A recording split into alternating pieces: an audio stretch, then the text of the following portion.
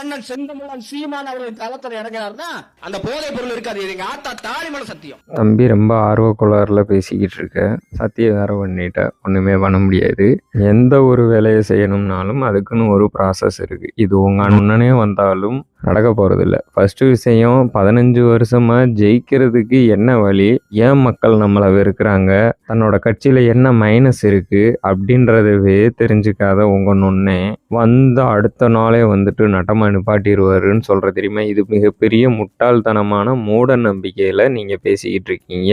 நீங்க கண்டதை பேசி சத்தியம் பண்ணி பெஸ்ட் ப்ராக்டிக்கலா யோசிச்சா புரியும். நீங்க ப்ராக்டிக்கலா யோசிக்கல. கனவு உலகத்துல கற்பனையில நான் இப்படிலாம் பண்ணணும்னு நினைச்சேன்னா உடனே மாத்தி கட்டிடுவேன்னு நினைக்கிற மாதிரி இருக்கு. சாத்தியம் இல்லை நண்பா. இது ஒரு ப்ராசஸ்ஸு. அதை பண்ணுறதுக்கு கண்டிப்பாக டைம் எடுக்கும். இது உங்கள் அண்ணனாவே இருந்தாலும் சரி, வாய்ப்பு இல்லை. கண்ட்ரோல் பண்ணுறதுக்கான ப்ராசஸ் தான் பண்ண முடியும். கண்ட்ரோல் பண்ண முடியும், ஆனால் உடனே நடக்காது அப்படின்றது தான் உண்மை. புரிஞ்சுக்கோங்க. நன்றி.